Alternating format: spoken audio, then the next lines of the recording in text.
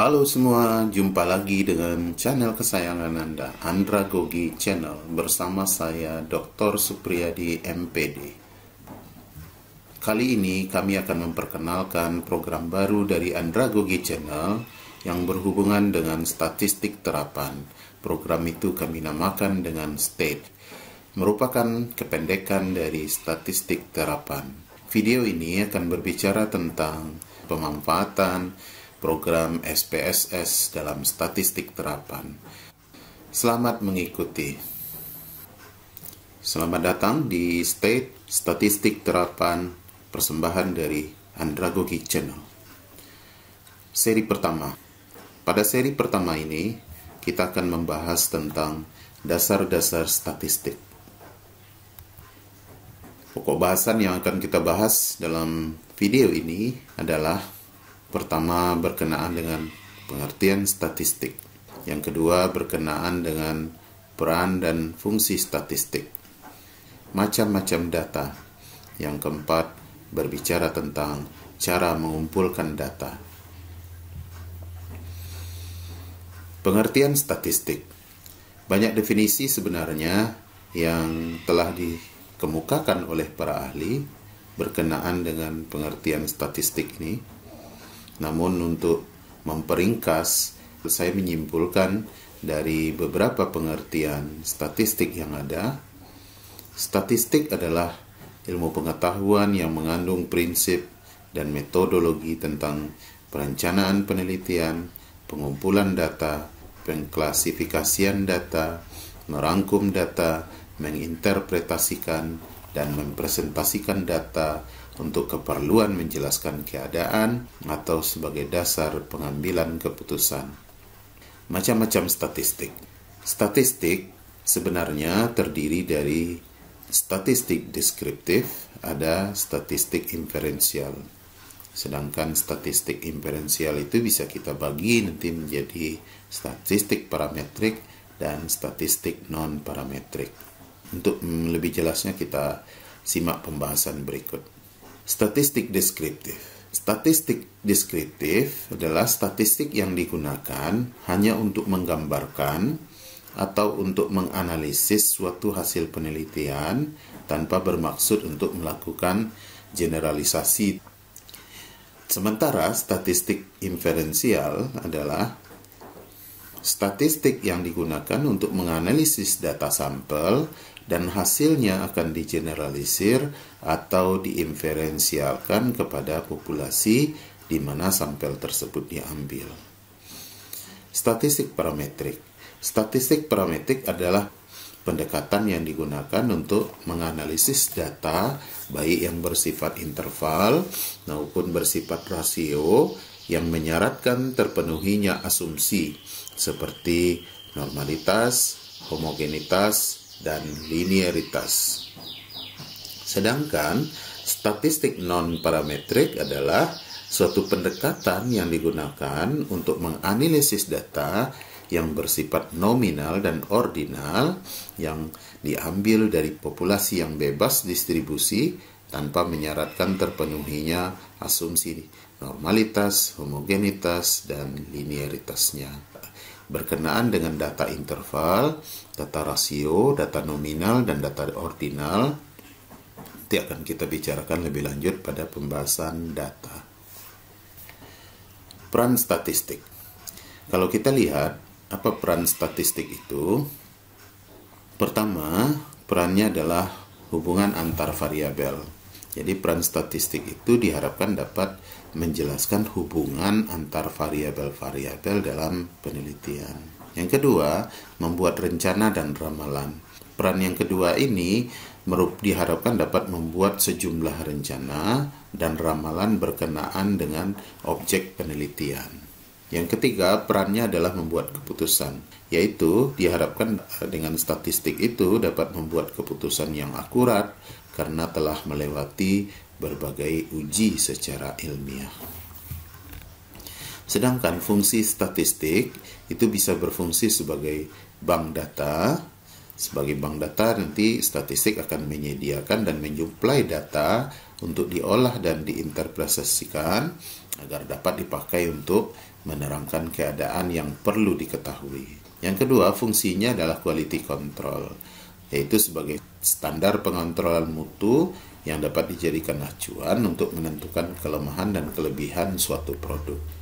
Kemudian yang ketiga, fungsi statistik itu sebagai alat analisis. Sebagai alat analisis yang dapat dimanfaatkan sebagai suatu metode yang dapat digunakan dalam melakukan pengolahan data. Fungsi yang keempat yaitu sebagai pemecahan masalah.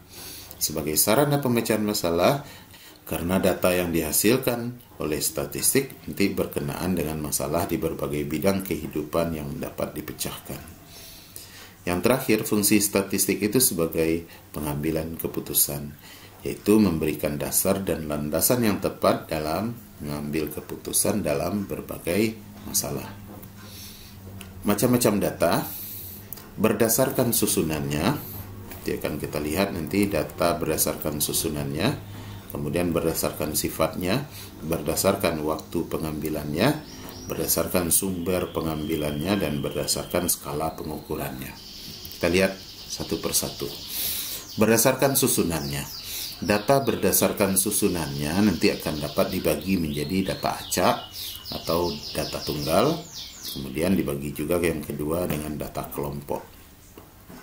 Pembahasan lebih lanjut dan contohnya akan kita bahas pada pembahasan berikutnya. Kemudian data berdasarkan sifatnya dapat kita bagi menjadi data kualitatif dan data kuantitatif.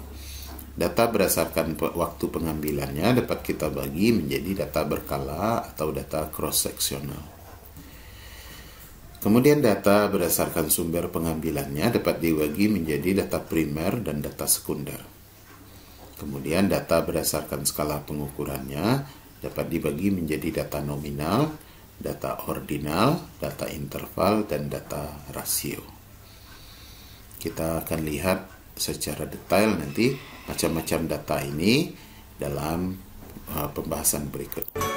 Terima kasih bagi yang telah memberikan dukungan berupa like, komen, dan subscribe. Silakan menonton kelanjutan video ini.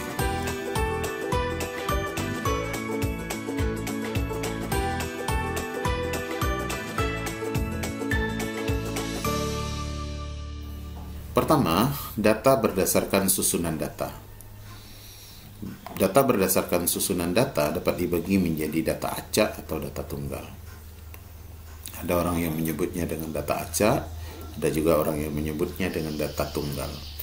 Data acak atau data tunggal adalah data-data yang tidak tersusun atau tidak dikelompokkan ke dalam kelas-kelas interval. Jadi dia masih dalam bentuk acak, masih berserakan. Nah, contohnya adalah data hasil belajar siswa pada suatu UTS, pada suatu mata pelajaran X, nanti diperoleh data sebagai berikut.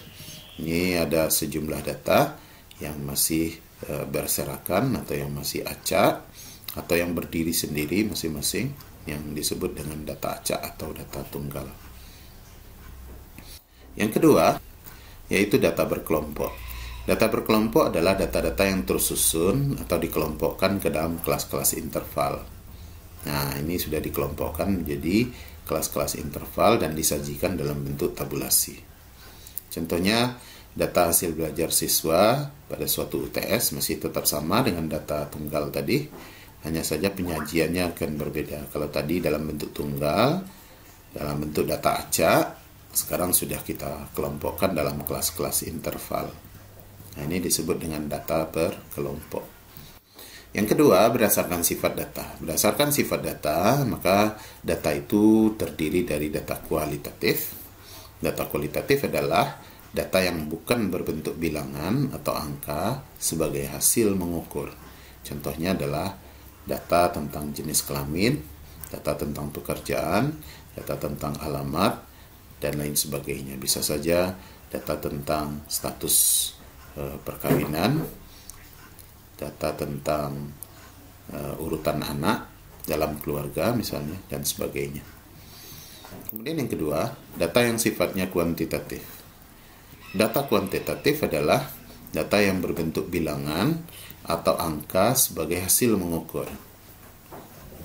Kata kuncinya adalah sebagai hasil mengukur.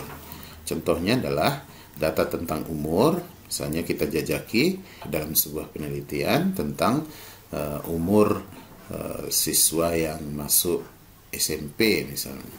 Nah, maka data tentang umur itu nanti akan menjadi data kuantitatif. Data tinggi badan nanti, berapa tinggi badan anak pada satu kelas, kemudian nilai siswa, dan sebagainya.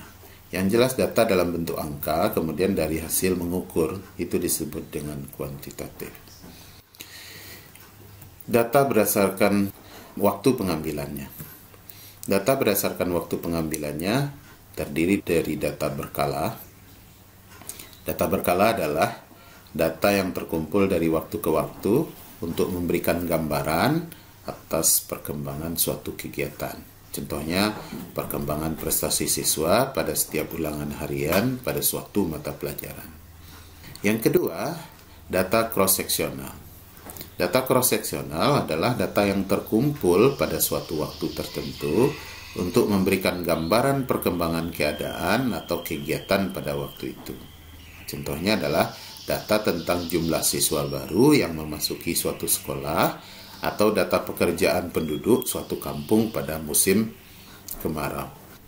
Yang keempat, data berdasarkan sumbernya. Data berdasarkan sumbernya terdiri dari data primer.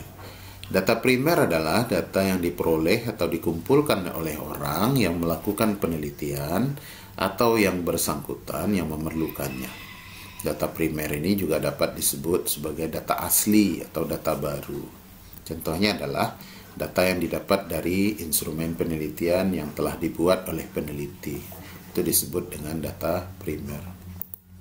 Sedangkan yang kedua adalah data sekunder. Data sekunder adalah data yang diperoleh atau dikumpulkan dari sumber lain yang ada. Nah, contohnya adalah data yang diperoleh dari perpustakaan atau dari laporan-laporan penelitian yang terdahulu, laporan penelitian yang relevan dengan penelitian yang sedang kita lakukan. Kemudian berdasarkan skala pengukurannya, data itu dapat disebut dengan data nominal. Data nominal adalah data yang diberikan pada objek atau kategori yang tidak menggambarkan kedudukan objek atau kategori tersebut terhadap suatu objek atau kategori lainnya, tetapi hanya sekedar label atau kode saja. Contoh, jenis kelamin, laki-laki diberi dengan angka 1, perempuan diberi dengan angka 0. Atau kualitas barang, baik diberi dengan angka 1, jelek diberi dengan angka 2. Dalam hal ini, angka 1 tidak menunjukkan bahwa laki-laki lebih baik dari perempuan, dan begitu pula sebaliknya. Data ordinal. Data ordinal adalah data yang penomoran objek atau kategorinya disusun menurut besarnya, yaitu dari tingkat terendah ke tingkat tinggi atau sebaliknya, dengan jarak rentang yang tidak harus sama. Data ordinal dapat disusun berdasarkan urutan logis dan sesuai dengan besarnya karakteristik yang dimiliki. Contohnya ini. Data yang diperoleh dari sebuah angket yang kita buat dengan membubuhkan angka, seperti sangat setuju kita beri 5, setuju kita beri 4, ragu-ragu kita beri 3, tidak setuju kita beri 2, sangat tidak setuju kita beri 1, atau bahkan kebalikannya. Untuk pernyataan negatif nanti bisa saja sangat setuju 1, setuju 2, ragu-ragu 3, tidak setuju 4, sangat tidak setuju 5. Data yang diperoleh seperti ini disebut dengan data ordinal. Kemudian data interval.